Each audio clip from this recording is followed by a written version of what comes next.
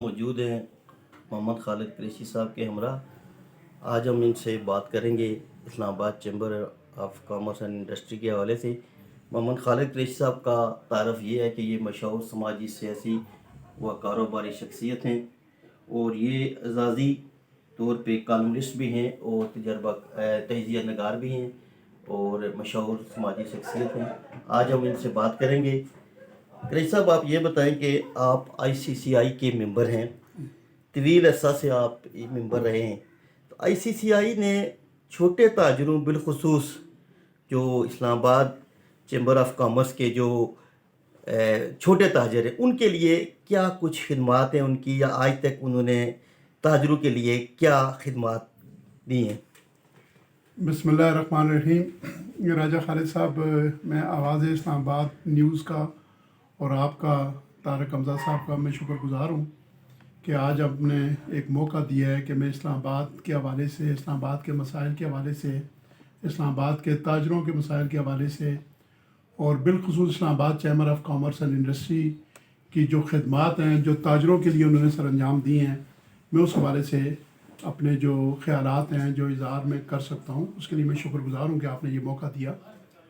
گزارش یہ ہے راجہ خالد محمود صاحب کے اسلام آباد چیمبر آف کامرس تقریباً 6,500-7 ہزار اسلام آباد کے ان تاجروں پر مشتمل ایک ایسا ادارہ ہے کہ جو ٹیکس پے کرتے ہیں بنیادی طور پر۔ اس کی ممبرشپ کے لیے بنیادی جو ریکوائرمنٹ ہے کہ وہ ایکٹیو ٹیکس پیئر ہونا چاہیے۔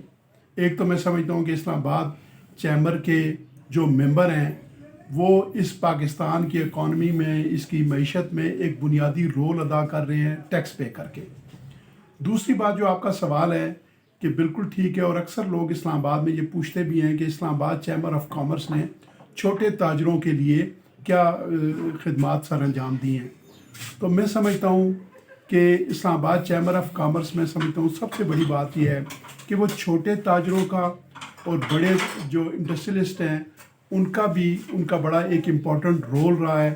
اور پریکٹیکلی جہاں چھوٹے تاجروں کی بات آپ کرتے ہیں، کوئی مسائل سی ڈی اے کے حوالے سے ہیں، آئی سی ٹی کے حوالے سے ہیں، پولیس کے حوالے سے ہیں، ایف بی آر کے حوالے سے ہیں، اسلام آباد چیمبر آف کامرس کے پلیٹ فارم سے ان کا بڑا مؤثر حل ہوا ہے۔ پریکٹیکلی طور پر I-10-3 میں جو چھوٹا کاروباری ہے، اس میں آٹو ورک شاپ والے تھے، اسٹیل فیبریکیٹر والے تھے، آرا مشین والے تھے، ان کو تقریباً 200 سے 300 پلاٹ جو ہیں بڑی محدود۔ اسلام آباد chamber of commerce and industry نے اسلام آباد کے چھوٹے، جو جس طرح آپ نے سوال کیا چھوٹے تاجروں کے حوالے سے، یہ ایک تاریخی بات ہے، اور یہ میں سمجھتا ہوں کسی حکومت نے بھی یہ نہیں کیا، کسی پولیٹیکل شخصیت نے بھی نہیں کیا، لیکن اسلام آباد chamber of commerce and industry نے اس حوالے سے اسلام آباد کے اندر چھوٹے تاجروں کے لیے سی ڈی اے کے ساتھ مل کے I-10-3 میں آٹو ورک شاپ والوں کو پلاٹ ایلوکیٹ کروائے، اور اسی طرح آرا مشین والوں کو ایلوکیٹ کروائے، اسٹیل فیبریکیٹرز کو کروائے، بڑی محدود سے 4-5 لاکھ روپے کا پلاٹ، کمرشل پلاٹ 25-40 کا، گراؤنڈ پلس 1 سٹوری کا، یہ بہت بڑی خدمت تھی۔ تقریباً 300 پلاٹ جو تھے وہ انہوں نے دیے۔ دوسری بات یہ ہے کہ ایک ریکگنائزیشن ہے اسلام آباد میں سمجھتا ہوں سب سے جو پسا ہوا طبقہ ہے، وہ بے شمار لوگ کہتے ہیں لیبرز ہیں، مزدور ہیں، محنت کش ہیں، لیکن میں سمجھتا ہوں کہ جو تاجر ہے حقیقی معنوں میں اگر آپ سمجھیں اسلام آباد میں، چونکہ اسلام آباد میں 250-300 کے قریب مارکیٹیں ہیں، سینکڑوں ہزاروں کی تعداد میں تاجران ہیں، لیکن ان کا کسی سطح پر کوئی اس طرح مؤثر کام نہیں ہو سکا۔ اسلام آباد چیمبر آف کامرس کے پلیٹ فارم سے اگر سی ڈی اے نے کسی جگہ کوئی آپریشن کیا، کوئی اگر کسی جگہ ایکشن لیا، مثلا بورڈ ٹیکس کی بات ہوئی ہے، ٹیکسز کی بات ہوئی ہے، ریونیو کے حوالے سے کوئی بات ہوئی ہے، تو اسلام آباد چیمبر نے ہمیشہ اس پر بڑا مؤثر کردار ادا کیا تاجروں کے لیے۔ محمد خالد قریشی صاحب، آپ یہ بتائیں کہ اسلام آباد چیمبر کے الیکشن ہوتے ہیں ہمیشہ، اور اس میں یہ بتائیں کہ یہ الیکشن کیا فیئر ہوتے ہیں، منصفانہ ہوتے ہیں؟ دوسرا یہ بتائیں کہ اس کی لسٹ، جو ووٹر لسٹ ہے، اس کے بارے میں بھی بڑا اعتراضات ہمیشہ ہوتے ہیں۔ دوسرا گروپ جو یونائٹڈ گروپ ہے وہ بھی بڑا اعتراض کرتا ہے۔ قریشی صاحب، آپ یہ بتائیں کہ اسلام آباد چیمبر کے الیکشن ہوتے ہیں ہمیشہ، ہم بھی اس کو کور کرتے ہیں، کہ کیا یہ الیکشن منصفانہ ہوتے ہیں؟ اور دوسرا آپ یہ بتائیں کہ یہ جو ان کی اپنا الیکشن کی جو ووٹر لسٹ ہے وہ آپ کیا سمجھتے ہیں کہ ٹھیک ہوتی ہے؟ تیسرا آپ یہ بتائیں کہ ایک تاثر یہ ہے کہ فاؤنڈر گروپ ہمیشہ برسر اقتدار آتا ہے اور اس میں ان کی پوری فیملی اور نسل در نسل ان کے بچوں کو سامنے لایا جاتا ہے، تو اس حوالے سے آپ کیا سمجھتے ہیں کہ فاؤنڈر گروپ کی کیا کچھ خدمات ہیں؟ جی بڑی مہربانی راجہ خالد محمود صاحب، بڑا آپ کا ریلیونٹ سوال ہے۔ یقیناً جہاں ہم چونکہ ایک جمہوری معاشرے میں رہتے ہیں، جمہوری ملک میں رہتے ہیں، اور جمہوری پروسیس کو ہر سطح پر، وہ جس سطح پر، ایک میں کہتا ہوں کہ مارکیٹ لیول پر بھی الیکشن ہوتا ہے تو وہ منصفانہ ہونا چاہیے، ایماندارانہ ہونا چاہیے۔ میں اس کا کریڈٹ اسلام آباد چیمبر آف کامرس اور اس میں جو گروپ آتا رہا ہے برسر اقتدار، وہ یقیناً فاؤنڈر گروپ ہی آتا رہا ہے، اس کو یہ کریڈٹ جاتا ہے۔ دیکھیں، ایک تو یہ ہے کہ ان کی ویب سائٹ کے اوپر پوری لسٹ موجود ہے۔ کوئی لسٹ ایسی نہیں ہو سکتی کہ جو اپنے معیار کے مطابق اگر وہ ویلڈ نہیں ہے، یا انہوں نے اپنی تجدید نہیں کروائی ہوئی ہے، یا انہوں نے ٹیکس پے ایکٹیو نہیں ہے، تو وہ کبھی ایلیجیبل ہو نہیں سکتا۔ دوسری بات یہ ہے کہ جو آپ نے اس کے الیکشن کے منصفانہ ہونے کی بات کی ہے، تو اس میں راجہ خالد صاحب میں یہ آپ کو بتاؤں کہ ایک ووٹ بھی، ظاہر ہے کسی کا ووٹ مسترد ہو جانا اور بات ہے، دو جگہ کسی نے اگر مہر لگا دی ہے، مطلب یہ کرسٹل، ایک تو یہ ہے کہ شاید اسلام آباد کا، بلکہ میں کہتا ہوں پاکستان کا یہ واحد ادارہ ہے اسلام آباد chamber of commerce and industry, اور اس کے تمام ایگزیکٹو ممبران کو، اس کی باڈی کو، اس کے گروپس کو جو اس کو لے کے چل رہے ہیں، مبارکباد کے مستحق ہیں کہ انہوں نے ایک ایسی روایت بنائی ہوئی ہے۔ پچھلا جب یہ یاسر الیاس صاحب، یہ سنٹورس والے جب پریزیڈنٹ تھے، تو وہ کرونا کی وجہ سے شاید 3-4 ماہ آگے لے کے گئے، ادروائز اپنے ٹائم کے اوپر 31 مارچ سے پہلے جو ممبرز ہیں ان کو یہ لیٹر آ جاتے ہیں۔ مجھے بھی آیا ہوا ہے لیٹر کہ آپ اپنی ممبرشپ جو ہے اس کی تجدید کروائیں، اس کو رینیول کروائیں، اور ایکٹیولی اس سال کا 2022-23 کا جو ٹیکس پے آپ نے ریٹرن دی ہے وہ دیں، اور ٹیکس کی وہ جو آپ نے فائل کیا وہ دیں، پھر بزنس ایڈریس ہونا چاہیے۔ تو اس لیے یہ تو میں پریکٹیکلی 20-25 سال سے جانتا ہوں کہ ممکن نہیں ہے کہ کوئی جعلی ووٹ کاسٹ کرے، جعلی ووٹ بنائے۔ یہ پروسیس اتنا ٹرکی اور ڈیفیکلٹ ہے کہ اس میں کوئی جعلی ووٹ کا تصور نہیں ہے۔ دوسری بات جو ہے راجہ خالد محمود صاحب، آپ نے یہ بات کی ہے کہ یہ فاؤنڈر گروپ ہے، اس کی تجدید کروائیں، اس کو رینیول کروائیں، اور ایکٹیولی اس سال کا 2022-23 کا جو ٹیکس پے آپ نے ریٹرن دی ہے وہ دیں، اور ٹیکس کی وہ جو آپ نے فائل کیا وہ دیں، پھر بزنس ایڈریس ہونا چاہیے۔ تو اس لیے یہ تو میں پریکٹیکلی 20-25 سال سے جانتا ہوں کہ ممکن نہیں ہے کہ کوئی جعلی ووٹ کاسٹ کرے، جعلی ووٹ بنائے۔ یہ پروسیس اتنا ٹرکی اور ڈیفیکلٹ ہے کہ اس میں کوئی جعلی ووٹ کا تصور نہیں ہے۔ دوسری بات جو ہے راجہ خالد محمود صاحب، آپ نے یہ بات کی ہے کہ یہ فاؤنڈر گروپ کے حوالے سے، چونکہ یونائٹڈ گروپ بھی ہمارے دوست ہیں، بھائی ہیں، ادھر بھی ہیں ادھر بھی ہیں، میں ذاتی طور پر میں اس بات کے حق میں نہیں ہوں، چونکہ اسلام آباد کے چھوٹے سے چھوٹے دکاندار اور بڑے سے بڑے انڈسٹریلسٹ کا ایک ہی مسئلہ ہے۔ مثلا کسی کا FBR میں مسئلہ ہے تو ایک مسئلہ ہے، اگر ICT میں مسئلہ ہے تو ایک مسئلہ ہے، CDA میں مسئلہ ہے تو ایک مسئلہ ہے۔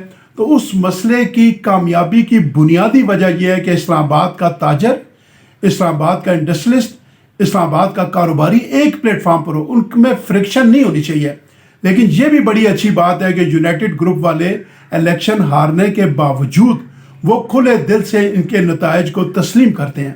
جہاں تک آپ نے یہ سوال کیا کہ ایک تاثر ہے، یقیناً اچھے برے تاثر ہوتے ہیں جو ڈیلیور کرتے ہیں۔ وہ ایک کسی بچے نے اپنی والدہ کو کہا کہ اماں میرے لیے دعا کرے، تو وہ پٹواری تھی، تو اس نے کہا جا جگ ویری تھی وے، کہ پوری دنیا تمہارے خلاف ہو جائے۔ تو اس بیٹے نے کہا یہ دعا یا بدعا ہے؟ اس نے کہا کچھ کرو گے تو جگ تمہارے ویری اگینسٹ ہوگا۔ تو الٹیمیٹلی جو پروگرس دیتے ہیں، جو ڈیلیورنس کرتے ہیں، جو اسلام آباد میں نمائندگی کا حق ادا کرتے ہیں، ان کی مخالفت بھی ہوتی ہے، اور یہ فطرتی عمل ہے، اس میں کوئی ناراض ہونے والی بات بھی نہیں۔ جمہوریت کا عمل ہے، پوری دنیا میں 200 سالہ جمہوریت، امریکہ میں دیکھیں وہاں بھی کنفلکٹ آتا ہے، ان میں اختلاف رائے ہوتا ہے، اور ہونا چاہیے، باپ بیٹے میں ہوتا ہے، ہونا چاہیے۔ جہاں تک یہ ہے کہ مثلا آپ نے کہا کہ والد کے بعد بیٹا، مثلا ظفر بختیوری صاحب ہیں، کوئی میں کہتا ہوں روزے روشن کی طرح معلوم ہے، سورج کو چراغ دکھانے والی بات ہے۔ ظفر بختیوری میں سمجھتا ہوں کہ اسلام آباد کا وہ شخص ہے کہ جو بالکل ایک تاریخ ہے، ایک تحریک ہے. اور اس کو تو میں نے کئی دفعہ بختیاری صاحب سے میری ملاقات ہوئی تو میں نے کہا کتاب لکھیں کم سے کم کہ لوگوں کو پتہ لگے کہ ایک معمولی سی دکان سے آپ نے اسلام آباد کے اندر ایک اتنا بڑا ڈی واٹسن گروپ بنایا ہے کہ لوگ اس کو آئیڈیلائز کرتے ہیں، لوگوں کو پتہ لگے کہ آپ نے ترقی کیسے کی ہے. تو اس لیے آج ان کا بیٹا احسن بختیاری ہے یا وقار بختیاری ہے، وہ خود اتنے ایلیجیبل ہیں، اہل ہیں. مثلا میرا چونکہ ذاتی تعلق ہے 15-20-25 سال سے ظفر بختیاری صاحب سے، نوید ملک کے ساتھ، اور اپنا احمد خان یہاں ہمارے چیئرمین ہیں UCG74 کے، ان کے ساتھ میرے پاس آئے، انہوں نے مجھے دعوت دی. یونائٹڈ والے بھی آئے. لیکن میں بالکل اس چیز کو سمجھتا ہوں کہ فاؤنڈر گروپ کی خدمات جو ہیں وہ ناقابل فراموش ہیں. آپ یہ دیکھیں کہ مثلا میں تقریباً 700 کالم لکھ چکا ہوں نوائے وقت میں سچ ٹی وی کے اوپر لائیو میرا تجزیہ کا پروگرام چلتا رہا، وہاں پر چلتا رہا. اور اس کے علاوہ میں ہاؤسنگ پروجیکٹس ہیں اس میں بھی چیف کوآرڈینیٹر پروجیکٹس رہا ہوں. میں ٹیکس پے کرتا ہوں، میں بزنس کرتا ہوں، ریل اسٹیٹ سے وابستہ ہوں. لیکن آپ یقین کریں کہ میں نے اسلام آباد کے اندر جس جگہ بھی، میں اسلام آباد اپارا پولیس اسٹیشن کا مسالتی کمیٹی کا رکن ہوں، میں جس جگہ بھی گیا ہوں، وفاقی انجمن شہریان ہماری شہریوں کی تنظیم ہے، میں اس کا جنرل سیکرٹری ہوں. لیکن جہاں بھی میں کسی جگہ گیا ہوں، کسی ادارے میں گیا ہوں، CDA میں گیا ہوں، ICT میں گیا ہوں، پولیس میں گیا ہوں، FBR میں گیا ہوں، میں نے جا کے تعارف اپنا کرایا کہ میں اسلام آباد چیمبر آف کامرس کا ممبر ہوں. تو آپ یقین کریں مجھے عزت ملی ہے. یہ عزت میرے لیے سب سے بڑی بات ہے. مجھے کوئی اور تاج کی نہیں ضرورت ہے، کسی پورٹ فولیو کی ضرورت نہیں ہے، کسی اور چیز کی ضرورت نہیں ہے. ایک عزت کے ساتھ تعارف اگر اداروں میں آپ کا ہے، ایک کاروباری آدمی کا، وہ چھوٹا ہے، درمیانہ ہے، بڑا ہے، یہی بڑی اکنالجمنٹ ہے. اور اسلام آباد چیمبر آف کامرس نے ہر سطح پر، FBR کے سطح پر ٹیکس کا معاملہ ہوا تو انہوں نے کیا. مطلب ایون یہ ریسٹورنٹس کا آ گیا تھا کہ 8 بجے ریسٹورنٹس بند کریں، تو اسلام آباد چیمبر کے پلیٹ فارم پر مذاکرات ہوئے، وزیر داخلہ سے ہوئے، تو انہوں نے ٹائم کو بڑھایا. پھر یہ شادی ہالز کے بارے میں معاملہ آیا، اور بے شمار چیزیں آئیں، ICT کے حوالے سے آیا، CD کے حوالے سے آیا. تو بڑا مؤثر کردار اسلام آباد چیمبر آف کامرس نے کیا ہے. معاشی صورتحال ہے، آپ کو بخوبی علم ہے. تو موجودہ جو حکومت ہے اس کے ساتھ CDA کے ساتھ اگر اسلام آباد چیمبر آف کامرس مل کر اس کو کیسے ٹھیک کر سکتی ہے؟ کوئی تجاویز ہیں یا کوئی آپ اس میں تجویز دینے چاہیں؟ جی بالکل رائے صاحب، گزارش یہ ہے کہ ایک تو پہلے جس وقت شروع ہم نے انٹرو میں نے بات کی تھی کہ اسلام آباد چیمبر آف کامرس، جو پورے پاکستان کے جو چیمبر آف کامرس ان کی ممبرشپ کے لیے بنیادی جو ریکوائرمنٹ ہے کہ اس کاروباری شخص کو ٹیکس ریٹرن دینی چاہیے اور وہ ٹیکس پیئر ہونا چاہیے. بالکل ٹھیک بات ہے. اسلام آباد چیمبر ہی سب سے مؤثر پلیٹ فارم ہے، اور سارے پاکستان کے، بلکہ ایک federation of all Pakistan chamber of commerce بھی ہے، اس کا پلیٹ فارم بھی ہے. اور الٹیمیٹلی جو کاروباری لوگ ہیں وہ جو تجویز دے سکتے ہیں، ٹیکس کلیکشن کے حوالے سے دے سکتے ہیں. پیچھے جب گزشتہ جو گورنمنٹ تھی اس دوران جب انہوں نے ٹیکس فکس کیا اور شیٹر وائز کیا اور ہر دکان کے لحاظ سے کیا، تو اسلام آباد چیمبر آف کامرس اور انجمن تاجران کے پلیٹ فارم سے یہ مذاکرات FBR سے ہوئے، وزیر خزانہ سے ہوئے، پرائم منسٹر تک بھی ہوئے، اور انہوں نے کہا تھا کہ ہمیں آن بورڈ لیں. اور یہ ٹیکس ریونیو کو بڑھانے کے لیے کاروباری طبقے کے علاوہ کوئی شخص نہیں ہے جو یہ کر سکتا ہے. دوسری بات یہ ہے کہ بالکل مطلب ٹیکس پے کرنا چاہیے. ٹیکس اس طرح پے نہیں ہو رہا. ڈائریکٹ ٹیکس جو ہے وہ 2 ملین ہے، یہ 2.5 ملین ہے، یہ 3 ملین کے قریب لوگ جو ڈائریکٹ ٹیکس دے رہے ہیں. لیکن ان ڈائریکٹ ٹیکس تو میرا حال 12-14 کروڑ جس کے پاس ایک ٹیلی فون ہے یا ایک بجلی کا میٹر لگا ہوا ہے وہ بھی ٹیکس انڈائریکٹلی دے رہا ہے. لیکن ہمارے یہاں پر چیمبر، مطلب اسلام آباد کے چیمبر آف کامرس کے پلیٹ فارم پر FBR بیٹھ کے تجویز بنائے. جب بجٹ کا موقع آتا ہے تو جو وزارت خزانہ ہے اور پرائم منسٹر صاحب ہیں اور چیمبر والے ہیں اور FBR والے ہیں، یہ مل کے ایک ایسا میکنزم بنائیں کہ ٹیکس نیٹ کو کیسے بڑھایا جا سکتا ہے. دوسری بات رائے صاحب کہ بحیثیت تاجر اور اسلام آباد چیمبر آف کامرس کا ممبر کی حیثیت سے میں یہ کہتا ہوں کہ لوگ خوفزدہ ہیں. مثلا میں ٹیکس ریٹرن دینا چاہتا ہوں تو مجھے ایک وکیل کی ضرورت ہے، کسی ٹیکس ایکسپرٹ کی ضرورت ہے. میرا ٹیکس 10,000 بنتا ہے، 20 بنتا ہے، 50 بنتا ہے، تو 50,000 روپے تو مجھ سے وکیل مانگے گا اور ساری زندگی کے لیے ہم پھر اس کے محتاج رہیں گے. تو یہ اس میں کیا مشکل بات ہے کہ ایک آسان ترین طریقہ بنا دیں کہ ہر شخص وہ ٹیکس پے کرے. جس طرح کوئی آج سیل ٹیکس پے ہو رہا ہے، ایکسائز ٹیکس پے ہو رہا ہے.